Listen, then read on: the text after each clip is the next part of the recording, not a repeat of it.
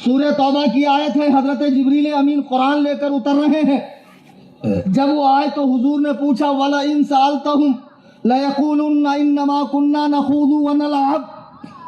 اور اے محبوب جب آپ ان سے پوچھو تو کہیں گے.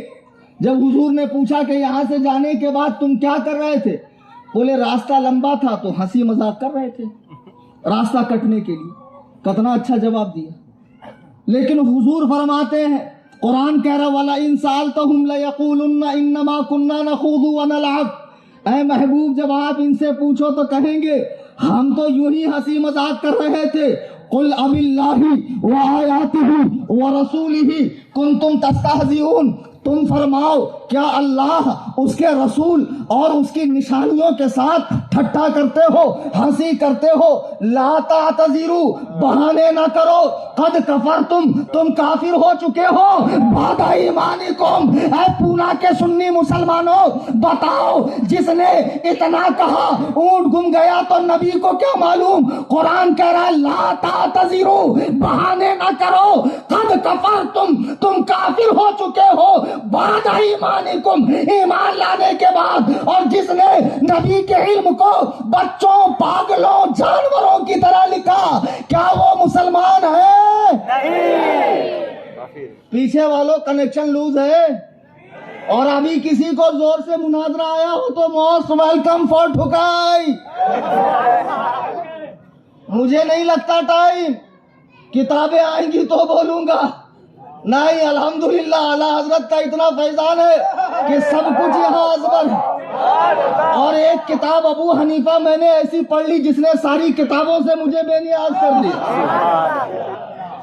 پونا کے جتنے بھی ہیں، دیوبندی، وہابی، اہل حدیث، رافضی، مولائی، آج کل جو یہ شیعوں کے پیٹ سے چوزے نکل رہے ہیں، صحابہ پہ بھونکنے والے لعین کتے، اور بھی جتنے اہل قرآن، اور بھی جو یہاں ہو قادیانی وغیرہ ڈھکے چھپے، سب کو میرا چیلنج ہے، مناظرہ ہے. قیامت کی صبح تک وقت ہے. بحیثیت مناظر میں ہی رہوں گا، بحیثیت مناظر اور متکلم میں ہی رہوں گا. اور مجھے معین کی بھی ضرورت نہیں ہے، اس لیے کہ پشت پناہ ہے غوث اعظم. کیوں ڈرے رضا کسی سے؟ الحمدللہ. تو یہ تمہارے مولوی کا کھلا ہوا کفر ہے. کہتے ہو مولانا احمد رضا نے مختلف جگہوں کی 3 عبارتیں ملائی ہے. یہ وہ کتاب ہے دارالعلوم دیوبند کے فاؤنڈر مولوی قاسم نانوتوی کی حفظ الایمان. اعلیٰ حضرت نے 3 جگہ کی عبارت ملائی نہیں ہے. اصل میں اس کتاب میں 3 جگہ ختم نبوت کا انکار ہے. کتنی جگہ؟ تحذیر الناس، میں نے وہی کہا نا. اچھا دیکھو ایسا ہوتا روانی. تحذیر الناس، مولوی قاسم نانوتوی جو انڈیا میں دارالعلوم دیوبند کا فاؤنڈر ہے، اس نے 3 مقامات پہ حضور علیہ السلام کے خاتم الانبیاء ہونے کا انکار کیا ہے. اور اس کے خیال میں حضور جو آخری نبی ہیں وہ صرف مرتبے کے لحاظ سے ہے. میں عبارت پڑھ کے سنا دوں. تحذیر الناس، فیصل کتب خانہ دیوبند، مصنف کا نام ہے حجت الاسلام مولانا قاسم نانوتوی. صفحہ نمبر ہے 4-5. یہ لکھتا ہے عوام کے خیال میں حضور کا خاتم ہونا بئی معنی کہ آپ کا زمانہ انبیاء سابق کے زمانے کے بعد اور آپ سب سے آخری نبی ہیں. یعنی آپ لوگ یہ سمجھتے ہیں نا کہ حضرت آدم سے جناب عیسیٰ تک جتنے نبی آنے تھے آ گئے، اب حضور کے بعد کوئی نبی نہیں آئے گا، حضور آخری نبی ہے. یہی نا؟ تو یہ کہہ رہے ہیں کہ یہ عوام کا خیال ہے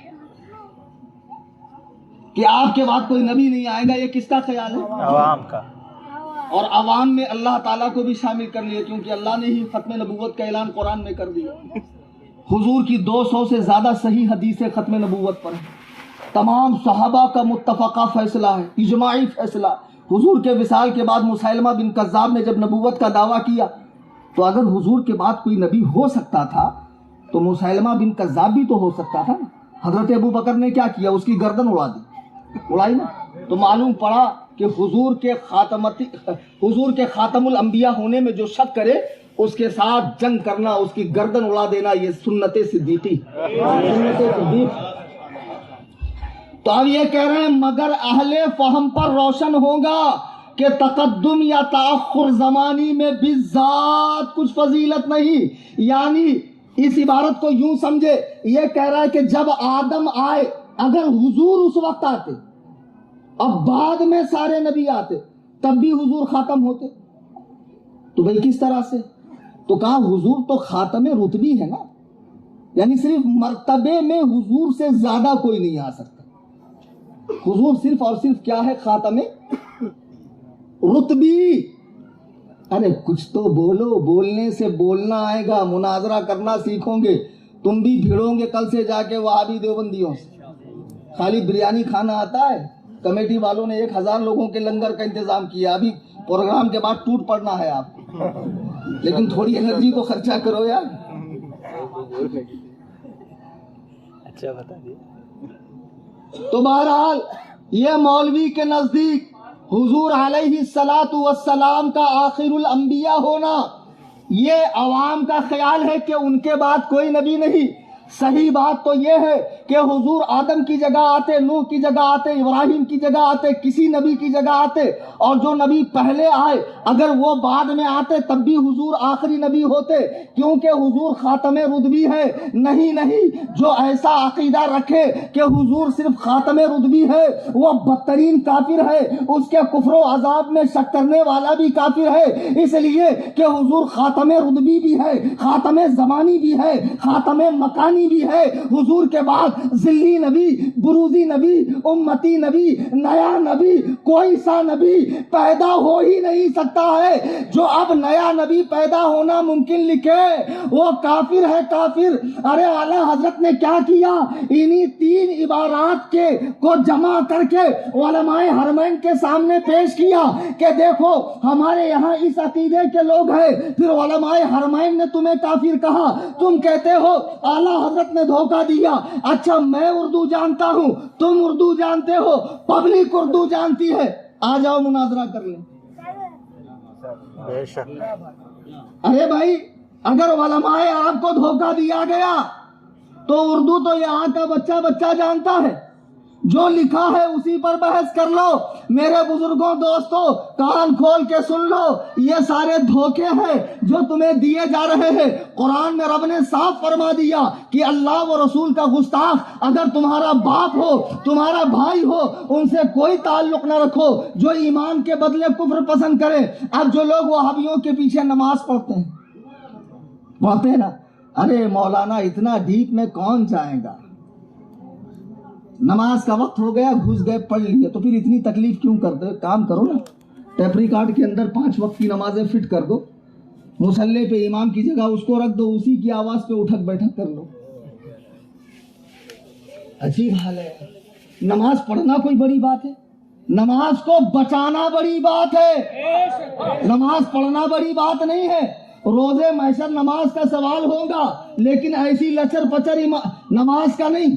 ایمانداری سے بتاؤ، صبح تم مسجد میں گئے، تم نے دیکھا مولانا تاج محمد واحدی صاحب جو فتاوی نویسی کا کام کرتے ہیں، ان کے دامن پہ کہیں 1 درہم گوبر لگا ہوا ہے۔ اب وہ مسجد میں چلے گئے، آپ ان پڑھ ہیں، جاہل ہیں، انگوٹھا چھاپ ہے، آپ کے نزدیک کالا لفظ بھینس برابر ہے، لیکن آپ کو معلوم ہے کہ نمازی کے بدن اور کپڑے کا پاک ہونا ضروری ہے۔ آپ نے دیکھا مولانا تاج صاحب کے دامن میں 1 درہم گوبر لگا ہے، آپ ان کے پیچھے نماز پڑھیں گے؟ بھئی پڑھ لو یار، مولانا آدمی ہے، اتنے قابل ہے، قاف میں قلقلہ اتنا زیادہ کرتے ہیں، ہاں اتنا گاڑھا نکالتے ہیں، پڑھ لینا چاہیے۔ اس سے کیا ہوتا ہے؟ تھوڑے سے گوبر سے کیا ہوتا ہے؟ ایڈجسٹ کر لو یار، نہیں چلے گا؟ کیوں بابا؟ یہاں تو بڑے مفتی بن گئے، یہاں تو دارالافتاء کی مسند پہ آپ ہی بیٹھ گئے، ماشاءاللہ، ہم سے زیادہ مسئلہ آپ ہی لوگ جانتے، نہیں چلے گا۔ کیوں؟ مولانا تھوڑا سا گوبر ہے، مولانا کی خود کی نماز نہیں ہوگی تو ہماری کیا ہوگی؟ عجیب بات ہے، جس امام کے کپڑے پہ ظاہری نجاست لگ جائے اس کے پیچھے نماز نہیں ہوتی، اور جس امام کا دل پورا کے پورا رسول اللہ کے بغض میں نجس ہو چکا ہو، ناپاک ہو چکا ہو، اس کے پیچھے کیسے نماز ہوگی؟ بے شک بے شک۔ آج کے بعد کسی وہابی دیوبندی کی مسجد میں نماز انشاءاللہ نہیں پڑھیں گے. نماز پڑھیں گے. نہیں پڑھنے کا تو نتیجہ ہے کہ ہمارے مسجدوں میں یہ گھس رہے چلا چلی والے. ہماری مسجدوں کو انہوں نے قبضہ کیا. انہوں نے مسجدیں بنائی کہاں ہیں؟ انہوں نے مسجدوں کو قبضہ کیا. نمازیں پابندی سے پڑھیے. سنی امام کے پیچھے 5 وقتہ نماز پڑھیے. نماز کے معاملے میں کسی قسم کی کوتاہی نہیں. اور کوئی پیر صاحب کھیڑے پاڑے سے یا کسی شہر سے آ جائے نماز معاف کرانے والے تو اس کو جوتے کے نوک پہ رکھ کے اڑا دو. اس لیے کہ دنیا میں جو سب سے بڑا پیر ہے رسول اکرم وہ مرض الموت میں ابو بکر و عمر سے کہہ رہے ہیں مجھے مسجد لے چلو. بخاری کی حدیث ہے کہ اسی عالم میں حضور کو وہ مسجد میں لے کر آئے. جب حضور علیہ الصلوۃ والسلام نے اس حالت میں نماز کو نہیں چھوڑا تو دنیا میں ایسا کون سا پیر ہے جس پہ نماز معاف ہو گئی. لیکن پیر صاحب قوالی مستی سے سنتے ہیں, ٹھوس ٹھوس کے کھاتے ہیں, بنگڑیاں پہنتے, 10 انگلی میں 20 انگوٹھی, 10 انگلی میں 20 انگوٹھی پہن لیتے ہیں, عورتوں کے ساتھ ماشاءاللہ محفلیں سما کے اندر بھانگڑا ڈالتے ہیں. پیر سے کیا پردہ. اور مریدنیاں بھی جاتی ہے, جھک جھک جاتی ہے, مرتی ہے, نذرانے دیتی ہے, ہدایت دیتی ہے, بابا سے آشیرواد لیتی ہے. نماز کے وقت بابا صاحب یا تو مکے میں پڑھتے ہیں یا تو دل کی پڑھتے ہیں یا تو ان پر معاف ہوتی ہے. 3 قسم کے بابا ہوتے ہیں. یا تو ان پہ معاف ہوتی ہے یا مکے میں پڑھ لیتے ہیں یا دل کے اندر کی پڑھ لیتے ہیں. اور پھر کہتے ہیں ہم تو چشتی ہے چشتی. ابے کتے کے بچے تو چشتی نہیں چرسی ہے چرسی. بزرگوں کی نسبت کو بدنام مت کر. یہ ڈھول تاشے اللہ کے حبیب فرماتے ہیں قریب میری امت میں ایسے بدترین لوگ پیدا ہوں گے جو آلات موسیقی کو جائز قرار دیں گے, آلات لہو و لعب کو جائز قرار دیں گے. گانے بجانے کو قوالی حرام ہے حرام, اس لیے کہ اس میں بینجو ہے, طبلہ ہے, تنبور ہے, ہارمونیم ہے, تمام آلات موسیقی ہے. تم غریب نواز کی بات کرتے ہو, ان بزرگوں سے تمہیں کیا لینا. حضرت بختیار کاکی فرماتے ہیں کہ غریب نواز کے زمانے میں جو قوالی ہوتی تھی نا وہ یہ بینجو وغیرہ پہ نہیں ہوتی تھی, بغیر آلات موسیقی کے ہوتی تھی. کلام اتنا عارفانہ ہوتا تھا, اتنا حکیمانہ ہوتا تھا, اتنا اونچا ہوتا تھا کہ سننے کے بعد غریب نواز غش کھا کے گر جاتے. آپ پہ ایک ایسی کیفیت طاری ہوتی کہ ہوش میں نہیں رہتے, ہوش میں نہیں رہتا. لیکن جب نماز کا وقت آتا تو بختیار کاکی اٹھاتے شیخ الصلاۃ الصلاۃ الصلاۃ. شیخ نماز نماز. غریب نواز اس حالت سے نکل کر کہتے ہیں بجز شریعت محمدی چارہ نیس. شریعت کے سوا, سرکار کی شریعت کے سوا چارہ نہیں ہے. دیکھو یہ ہے سلطان الہند, یہ ہے غریب نواز, یہ ہے معین باکساں, یہ ہے غریبوں کی جھولیاں بھرنے والا جس نے پوری زندگی صوم و صلاۃ کی پابندی کی ہے, سنت کا اتباع کیا ہے. یہ ٹرینوں میں چاندی کی چلم میں گانجا پھونکنے والے حرام خور, یہ 2.5 دن کے جھوپڑے پہ اور خادموں کے حجرے کے اندر چلم پھونکنے والے, گانجا پینے والے, چرسی نشیڑی گنجیڑی کہتے ہم چشتی ہے. تم چشتی نہیں کمینوں, تم چرسی ہو چرسی. بے شک بے شک. تم کو بزرگوں سے کیا لینا دینا. پڑھنا آتا ان بزرگوں کی تعلیمات کیا تھی. اللہ اکبر کبیرہ. عورتیں بھی جا رہی ہے اجمیر شریف, اب تو عورتوں کو امامہ باندھ کے ان کی بھی دستار بندی کی جائے. مجاوروں کو کیسے مطلب ہے مال سے, بس آن حکم ہونا چاہیے. ہمارے یہاں ایک بڑا پیارا لطیفہ ہے, سناؤ اجازت ہے؟ اچھا تم نہیں دو گے تو عجیب لوگ ہو یار. ہمارے یہاں ایک بہت بڑے پیر صاحب تھے, منگل سے پہلے والے پیر صاحب, وہ نکل لیے. اچھا ان کی بہت بڑی فیلڈ تھی, بہت بڑی فیلڈ. اب بچے کو اسی فیلڈ میں کھیلنا ہے. اب پیر کا بچہ پڑھ کے کرے گا کیا جب یہ جاہل مریدوں میں ہی مرنا کھپنا اور انہی سے اس کا 7 پشتوں کے کھانے کا انتظام ہونا ہے. تو وہ ہماری طرح مدرسے میں جا کے اولا سے لے کے دور حدیث تک پڑھیں گا کیوں, قرأت سبع عشرہ پڑھیں گا کیوں, تکلیف اٹھائیں گا کیوں. اب پیر صاحب چل دیے تو پیر صاحب کے جو چھوٹے صاحبزادے تھے ان کو گدھا نشین بنا دیا گیا, گدی نشین بنا دیا. اب بڑے نازک بالی سی کمر, چھوٹے سے پیر صاحب, ہلکی ہلکی مونچھ کی ایک ریک آئی تھی, اور بڑے چکنے ماشاءاللہ اسمارٹ خوبصورت تھے, لمبے لمبے بال تھے ان. اب پیر صاحب کو مریدوں نے کہا چلو حضور گھوم کے آتے حاجی علی. پیر صاحب بھی ذرا منچلی طبیعت کے تھے, کہا چلو گئے. اب جب حاجی ولی میں گئے تو کچھ چکنے پتھر بھی ہوتے نا. پیر صاحب کا پیر پھسلا اور پیر صاحب پانی میں ان کا وجود نامسعود چلا گئے. جب ان کا وجود نامسعود پانی میں گیا تو ایک مرید آ کر کہا پیر صاحب دیجیے. تو پیر صاحب نے اس کا ہاتھ ایسے مارا, پرے ہٹ خبیث کہیں. تو ایک بارگاہ کا بہت پرانا خادم تھا, موقع محل پہ جانتا تھا کہاں کیا بات کرنا چاہے, کون سی بات کرنے کا کیا موقع ہے. وہ بڑا پرانا مجا ہوا خادم تھا. وہ آگے آیا کہا حضور لیجیے. پیر صاحب لیے باہر آ گئے. تو پہلے مرید نے کہا مجھ سے کیا غلطی ہو گئی حضور, میں نے بھی تو عقیدت و محبت میں اپنا ہاتھ بڑھایا تھا. کہا کم بخت تو نے کہا دیجیے, ہم دینا بینک نہیں ہے. اس نے کہا لیجیے, ہم لینا بینک ہے, یہاں صرف آنکم ہے, جانکم نہیں ہے ادھر پہ. تو یہ جتنے ایسے چرسی بھنگی گجیڑی نشیڑی شریعت بیزار عورتوں کے ساتھ دھمال ڈالنے والے اور کہتے ہیں پیر سے کیا پردہ, مجھے بتاؤ نبی اکرم سے بڑا کون پیر ہے, صحابہ سے بڑا کون پیر ہے, ائمہ مجتہدین امام اعظم ابو حنیفہ سے بڑا پیر کون ہے, غوث اعظم سے بڑا پیر کون ہے, جنید بغدادی سے, راویہ بصریہ سے, حسن بصری سے, اور اسی طرح غریب نواز سے, خواجہ بختیار کاکی سے, نظام الدین اولیاء سے, حضرت قمر علی درویش سے, مخدوم مایمی سے, اعلیٰ حضرت سے, آل رسول احمدی سے, ان بزرگوں سے بڑا پیر کون ہے.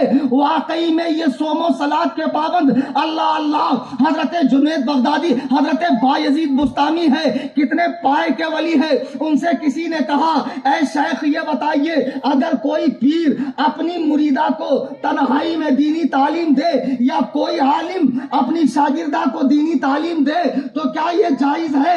جواب سنو, آج جو پیروں کے پاس اپنی عورتیں لے کر جاتے ہو, ارے سنیو مکھی کے پیشاب میں ڈوب کے مرو خبیثو. جب اللہ کے رسول نے اپنی بیوی سے کہا نابینا صحابی سے پردہ کر, تو بتا صحابی سے زیادہ متقی کون ہو سکتا ہے, ام المومنین سے بڑا متقی کون ہو سکتا ہے. جب انہیں پردے کا حکم ہے تو تیرا پیر کیا ہے؟ ہرگز نہیں. اگر کوئی پیر بولے لا ذرا عورتوں کی زیارت کر لوں, فیض دے دوں, کچھ تبرک دے دوں, تو کیا کرو؟ منہ میں جوتا بھرا کے منہ پہ مارو حرام خور کے. عقیدت سے کھیلنے آیا ہم لوگ بریلوی سنی ہے, کتاب و سنت کے فالوورز ہیں. جو بات رسول اللہ کے دین پر کھری اتریں گی قبول کریں گے, اور جو منہج رسول سے ہٹی ہوگی ٹھوکر مار کے اڑا دیں گے. یہی امام احمد رضا نے ہمیں سکھایا, انہیں جانا انہیں مانا, نہ رکھا گیا ایسے کچھ کا. للہ الحمد میں دنیا سے مسلمان. نعرہ تکبیر, نعرہ رسالت, حضرت امیر معاویہ, مسلک اعلی حضرت. آج جو پیروں کے سامنے بھنگڑا ڈال رہے ہو, اجمیر شریف کو کیا بنا دیا انہوں نے, نیو ایئر منا رہے ہیں, وہاں پہ ہولی منائی جا رہی ہے, حضرت علی کا برتھ ڈے کیک کاٹ کے منایا جا رہا ہے, وہاں پہ تعزیہ داری ہو رہی ہے, علم اور پنجے وغیرہ پوجے جا رہے ہیں. ڈائریکٹ وہ خبیث بڑی بڑی مونچھوں والا ہم دعا کرے گا. سمجھا کہ نہیں سمجھا؟ تیرے باپ کا راج ہے تو دعا کرے. ارے یہی سننے کو تو بمبئی والے ترس گئے تھے یار, ہم دعا کرے گا. کیوں رے چھل کے تو ماں سے پیدا نہیں ہوا, گوگل سے ڈاؤن لوڈ ہوا, اسپیشل ہے کچھ. ہم دعا کرے گا. دلندر کہیں کے جو لوگ یہاں سے جا رہے پونے سے ان کا دامن بھر رہا, بمبئی سے جا رہے ان کا دامن بھر رہا, یہ بھیک منگے رات دن پیسہ پیسہ پیسہ پیسہ, ادھر ڈالو ادھر ڈالو, بڑی دیگ میں چھوٹی دیگ میں, فلانے میں ٹھکانے میں, ان میں ان میں, ہمارے یہاں ان کے یہاں, پیر صاحب کے گلے میں. خبردار خبردار, اجمیر جانے کے بعد چادر نہیں خریدنا. ضرورت ہی نہیں. کیا ضرورت ہے؟ مزار پہ چادر کیوں ڈالی جاتی؟ بتا کیوں ڈالی جاتی مزار پہ چادر؟ مزار پہ چادر اس لیے ڈالی جاتی ہے، فتاوی شامی اٹھا کر دیکھو، فتاوی شامی اٹھا کر دیکھو کہ عام بندے اور نیک مومن کی قبر میں فرق ہو جائے. بیٹھو بیٹھ جاؤ بیٹھ جاؤ، میں کر رہا ہوں. جب کئی مسلمان ایک جگہ دفن ہو، ان میں کوئی اللہ کا نیک مقرب بندہ ہو، تو معلوم کرنے کے لیے کہ یہ نیک صالح بندے کی قبر ہے، صرف اس تشخص کے لیے، اس پہچان کے لیے مزار پہ چادر ڈالی جاتی. اس کے سوا کوئی مقصد ہے؟ چادر کی منت نہیں ہوتی. فلاں کام ہوا تو چادر چڑھاؤں گا، علماء کی موجودگی میں بول رہا ہوں، صحیح بول رہا ہوں؟ نہیں ہوتی چادر کی منت، ہوتی نہیں. منت یہ ہے فلاں کام ہوا تو اتنے غریبوں کو کھلاؤں گا، اتنے روزے رکھوں گا، اتنے نفل پڑھوں گا، کعبہ کا طواف کروں گا. یہ منت ہوتی. یہ منت نہیں ہوتی چادر چڑھاؤں گا، 10 بیوی کی کہانی سنوں گا، سگٹ اماں کی کہانی سنوں گا، 16 سیدوں کی کہانی سنوں گا، گھوڑے باندھوں گا، ناڑے باندھوں گا، بچے کے بال کاٹوں گا. ارے دلندار، ایسی منت نہیں ہوتی. لیکن مجھے اور بتائیں گے کیوں؟ اچھا، اب جب غریب نواز کی بارگاہ میں ہر 2 منٹ میں اوپر تک چادر جاتی ہے تو ارے میرے پیارے، تیری 10-20 ہزار کی چادر تیرے سے پہلے دکان پہ آتی. مدرسے میں جا دیکھ، بچوں کے بیٹھنے کے لیے برابر سے چٹائی نہیں، بچوں کے کھانے کا انتظام نہیں، بچوں کی کتابوں میں دیمک لگے ہوئے ہیں. میں 100 فیملیز کو ہر مہینہ راشن بانٹتا ہوں بمبئی میں، ان کو جن کو پہلے وہابی بانٹ کر جماعتوں میں لے کر جاتے تھے. میں نے برا کیا، وہاں سے راشن بند کروا کے خود شروع کیا. لوگ ہمیں کتنا پیسہ دیتے معلوم؟ 51 روپے. جھوٹ بول رہا ہوں امجد؟ 11 روپے، 5 روپے. یعنی عالم کام کرنا چاہے تو تم اس کے دست و بازو بن کر مدد نہیں کرو گے. فالتو کاموں میں پیسہ، نیاز میں، لنگر میں، چادر میں، سنڈل میں دکھنا چاہیے، اٹھ کے آنا چاہیے. ڈی جے میں پیسہ، جہاں میرا نام ہو. اللہ کے لیے آخرت اپنی عاقبت خراب نہ کرو. ان پونگے پنڈتوں پیروں کے چکر میں مت پڑو. یہ سب جعلی پیر ہے. پیر وہ ہے جو پابند صوم و صلات ہو، مسلک اعلیٰ حضرت پر ہو، رسول اللہ کی سنت پہ جان چھڑکتا ہو، اور اتنا علم رکھتا ہو کہ کتابوں سے اپنے ضروری مسائل نکال سکے، جس کا سلسلہ طریقت حضور تک ملتا ہو، جس میں یہ 4 باتیں دیکھ لو اس کے دامن سے وابستہ ہو گئے. لیکن ہمارے یہاں بہت بڑی پگڑی ہے، بہت بڑے مریدوں کا ہجوم ہے. کئی تسبیح کی مالا پہن لیا، پیچھے 10-20 مریدوں نے جبہ پکڑا ہوا پیر صاحب کا، اور چھوٹی سی بوتل میں بڑا سا انڈا ڈال دیے، ہری ہری گھاس میں آگ لگا دیے. بیٹھے بیٹھے اچانک گھر میں آگ لگ گئی. ارے باپ رے باپ، بہت پہنچے ہوئے. اور ایجنٹ بھی اتنے بدماش ہوتے نا، ان کا کام ہوتا ہے ٹھیکنے کا. ارے رات میں نے دیکھا اچھے خاصے گھسے، ہاتھ ادھر، پیر ادھر، سر ادھر، اور صبح پورے اکھے نکل گئے. ابے دلندر، 4 پیسے کے لیے اتنا پھیکم پھاک کر رہا ہے، یہ بھولی بھالی امت کے ساتھ مذاق کر رہا. خدا کے لیے اس طرح کی اندھی عقیدتیں مت رکھو. ایک چھوٹی سی بات بتا کر میں اپنی بات ختم کر دوں گا. 11 بج گئے ہیں، میں 12 نہیں بجانا چاہتا جی. ہے نا تھوڑا سا وقت؟ امام اعظم ابو حنیفہ، جن کی تقلید کا پٹا میرے آپ کے گلے میں ہے، بڑے بڑے غوث قطب ابدال کے گلے میں ہے، اعلیٰ حضرت کے گلے میں ہے، غریب نواز کے گلے میں ہے، داتا گنج بخش علی ہجویری کے گلے میں، بڑے بڑے ائمہ حدیث، ائمہ تفسیر، متکلمین اور فقہا جن کے مقلدوں میں ہے، غلاموں میں ہے. ان کو کسی نے بتایا بغداد میں کوئی ولی آیا ہوا ہے. آپ سے لوگوں نے کہا وہ فلاں مسجد میں رکے ہیں، چلیے زیارت کرنے. دیکھو ہم کیسے ولی کو پہچانتے ہیں اور اللہ والے ولی کو کیسے پہچانتے ہیں. جب امام اعظم ان کی زیارت کے لیے گئے تو پتہ چلا فلاں مسجد میں ہے، تو وہ ابھی کہیں باہر گئے ہوئے ہیں، ابھی حاجت کے لیے باہر گئے ہیں. چونکہ اس زمانے میں مسجدوں میں بیت الخلا نہیں ہوتا تھا، کھیت الخلا ہوتا تھا. موکلا پٹنگن جہاں جی چاہے کرو. امام اعظم ابو حنیفہ باہر ہی انتظار کر رہے ہیں کہ ابھی ولی صاحب آئیں گے تو مل لوں گا. ولی صاحب آئے، مسجد میں گئے، امام اعظم نے فرمایا واپس چلو. لوگوں نے کہا کیوں؟ کہا یہ شخص اللہ کا ولی نہیں ہے. لوگوں نے کہا آپ نے ایسے کیسے کہہ دیا بنا بات چیت کرے؟ آپ نے فرمایا جسے مسجد میں جانے کا طریقہ نہ معلوم ہو وہ اللہ کا ولی کیسے ہو سکتا ہے؟ مسجد میں پہلے سیدھا پیر رکھا جاتا ہے، اس نے الٹا پیر رکھا۔ ولی؟ ارے ولی، ہم نے ولی دیکھا اپنی زندگی جس کا ہر لمحہ اتباع قرآن و سنت میں گزرا، بلا مبالغہ۔ اور میں پہلے مرید تھوڑی تھا، پہلے میں حمایت کرتا آتا تھا، حمایت ہی کرتا تھا۔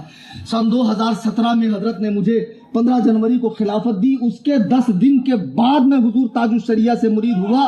اللہ کی قسم، ہم نے تاج الشریعہ کی خلوت دیکھی، جلوت دیکھی، سفر دیکھا، حضر دیکھا، اٹھنا دیکھا، بیٹھنا دیکھا، علمی مجالس دیکھی، فقہی مجالس دیکھی، میان علماء دیکھا، غرض کہ ان کو ہر اعتبار سے متبع قرآن و سنت پایا۔ پھر دل نے کہا کلیم حنفی اگر یہ نایاب ہیرا چل گیا تو کہاں ملنے والا ہے؟ موقع غنیمت ہے، دامن پکڑ لے۔ تو میں نے بھی دامن پکڑ لیا۔ الحمدللہ میرے پیر نے مجھے اپنے فضل و کرم سے بہت نوازا ہے۔ الحمدللہ یہ فقیر دنیا کے کسی کونے میں جائے ڈنکے کی چوٹ پر ایسے ہی تقریر کرتا ہے۔ ابھی ریسنٹلی میں پچھلے مہینے دبئی گیا اور 5 تقریریں میری ہوئی، پوچھو دبئی والوں سے، اسی انداز میں تقریریں کی ہیں میں۔ قصہ مختصر یہ کہ اللہ کا ولی وہ ماشاءاللہ سبحان اللہ، ان کو خیال آیا کہ صرف پیر کو نہیں دینا چاہیے، عالم کو بھی دینا چاہیے، لیکن میرے خیال سے ابھی میرا ٹول بھی نہیں نکلا ہوں گا۔ بمبئی سے بائی کار آیا تو نکل گیا ہوں گا، اس میں نہیں نکلا ہوں گا۔ 1000 روپے تو آنے جانے کے لگتے ہیں، میں یہ نہیں کہہ رہا مجھے دو۔ بڑے بے غیرت ہو یار، اتنا کھل کے بولنے کے بعد بھی نہیں سمجھتے۔ چلیے درود پاک پڑھیں، اللہم صلی اللہ علیہ۔ اور ابھی قوالی ہوتی تو پھر ہمارا نوجوان ایسے لوٹا تھا، اور پھر وہ قوالی بھی اتنا درندہ ہے، دیکھو ماشاءاللہ ماشاءاللہ، آنے کا نکل گیا، جانے کا نہیں نکلا۔ اچھا دونوں نکل جائے گا، پھر 12 بجا دیتا ہوں، لیکن پلاؤ بھی تو بنا ہے، لنگر کا کھانا بھی ہے ماشاءاللہ۔ تو اب وہ دیکھتا ہے قوال صاحب کے دور سے کوئی ہاتھ میں 10 روپیہ لہراتے آتا تو ایک ہی مصرے کو 6 بار رکھے گا۔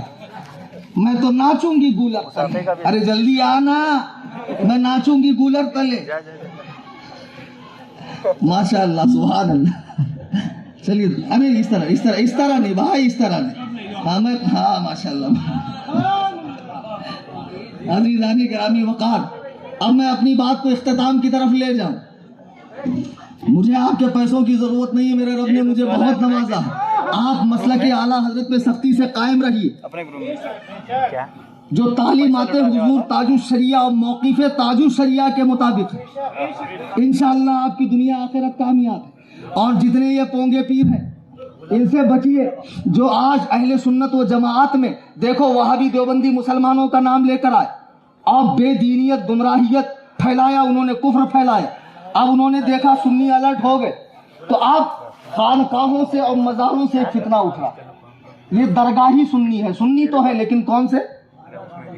ہمیں کون سا سنی بننا ہے؟ مسلکی سنی، مسلکی سنی، مسلکی سنی بنو، کبھی ڈگمگاؤں گے نہیں آپ۔ ذرا دیکھو حضرت جنید بغدادی بایزید بستانی کو پوچھا گیا کیا کوئی پیر اپنی مریدہ کو سامنے بٹھا کر تعلیم دے سکتا ہے، استاد اپنی شاگردہ کو پڑھا سکتا ہے؟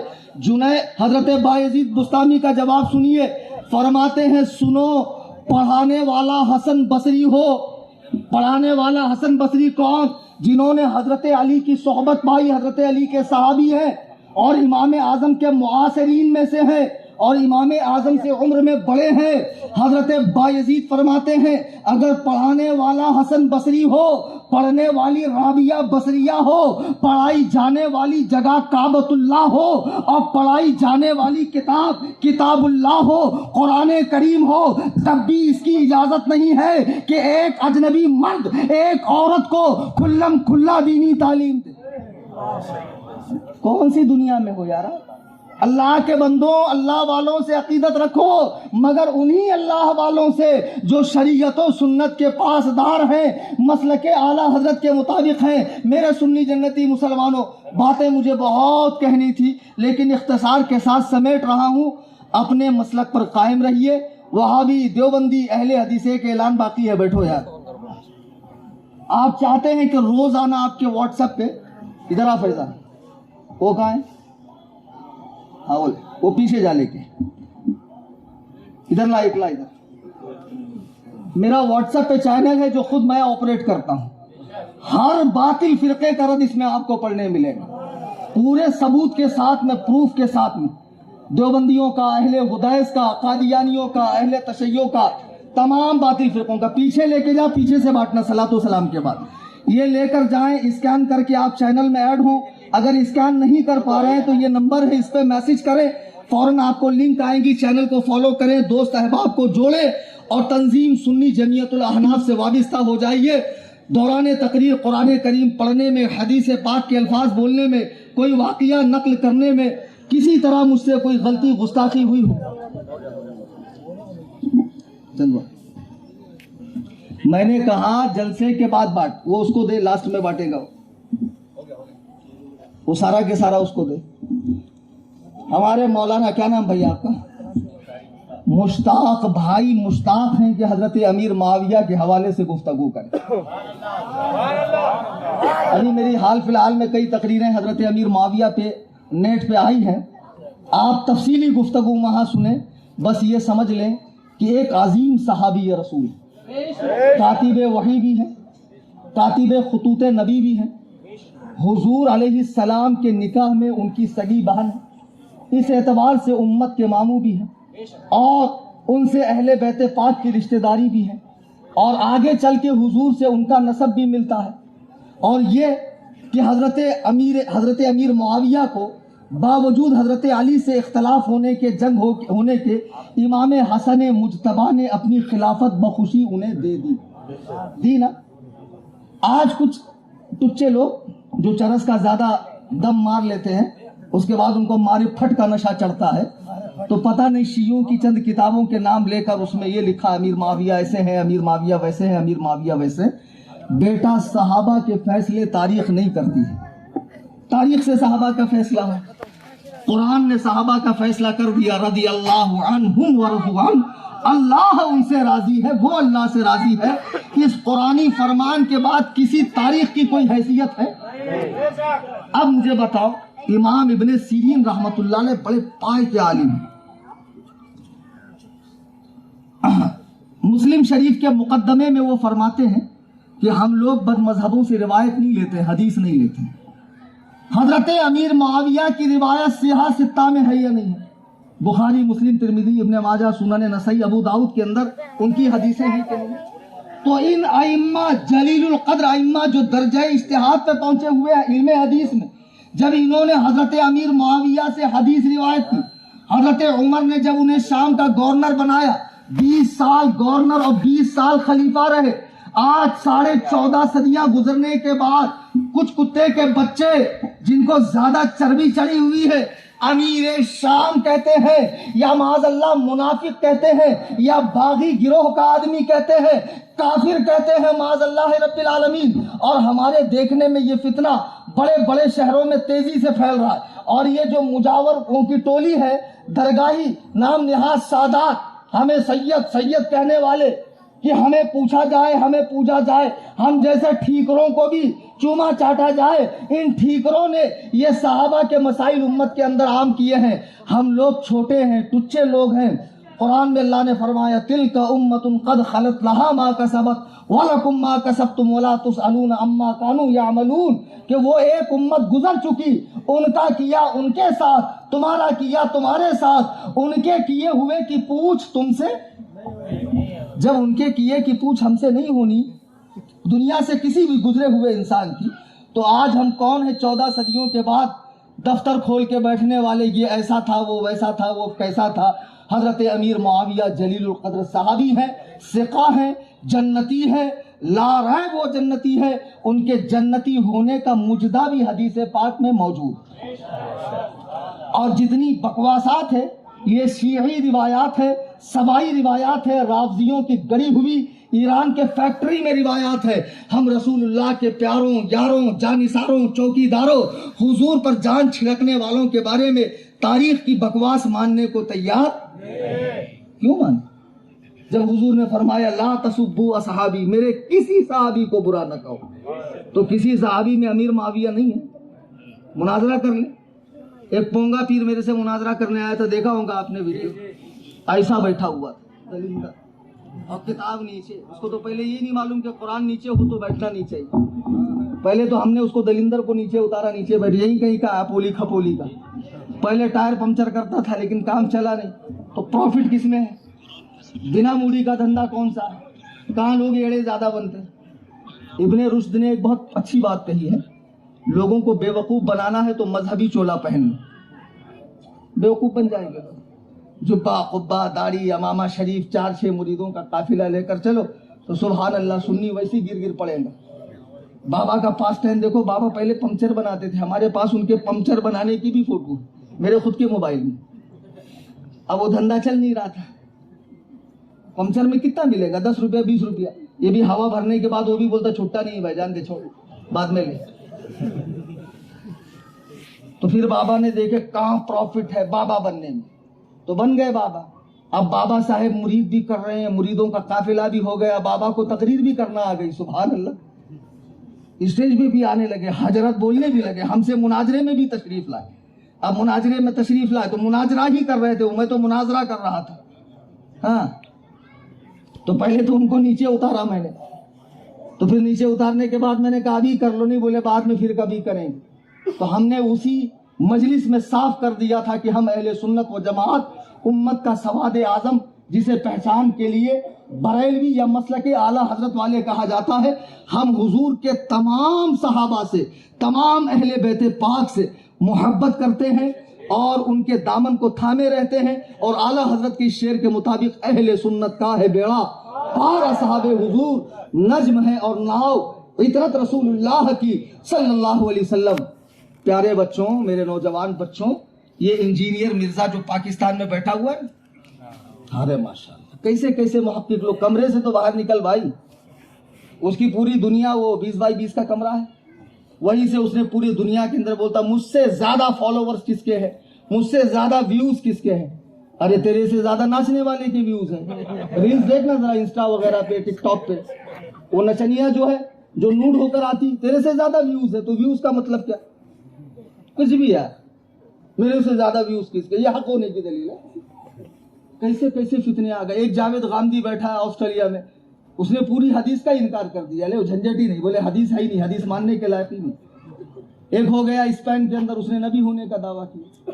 اب بہت سارے قیامت سے قریب نبی نکلیں گے، مجدد نکلیں گے، مہدی نکلیں گے، کیڑے کے سر کا اللہ کے سر کا ول ول ول ول کر کے نکلیں گے۔ عافیت بہتر، یہ تھوڑا ہمارے مہاراشٹر کی بھاشا ہے، بیر ضلع کی، تو تھوڑا کیا پونا نزدیک ہے تو زبان سے نکل جاتی، حالانکہ اس میں بیٹھے ہوئے سب زیادہ تر یو پی بہار والے۔ تو اب ایسے پرفتن دور میں ایمان کی سلامتی، عقیدے کی سلامتی ایک ہی صورت میں ہے، مسلک اعلیٰ حضرت پہ۔ زندگی یہ نہیں ہے کسی کے لیے، زندگی ہے نبی کی، نبی کے لیے، نہ سمجھ مرتے ہیں زندگی کے لیے، جینا مرنا ہے سب کچھ نبی کے لیے۔ اللہ تعالیٰ شاد رکھے، آباد رکھے، خوش رہے۔ جاتے جاتے وہ پمفلیٹ لیں اور چینل میں جوائن ہو جائیں۔ دوران تقریر قرآن کریم پڑھنے میں، حدیث بولنے میں یا کوئی واقعہ نقل کرنے میں مجھ سے کوئی بھی غلطی ہوئی ہو، ان تمام علماء اور عوام کی موجودگی میں میں توبہ کرتا ہوں۔ استغفر اللہ ربی من کل ذنب، لا الہ الا اللہ محمد الرسول اللہ صلی اللہ علیہ وسلم۔ ہر رہ گزر پہ شمع جلانا ہے میرا کام، تیور ہے کیا ہوا کہ یہ میں دیکھتا نہیں، وما علینا الا البلاغ۔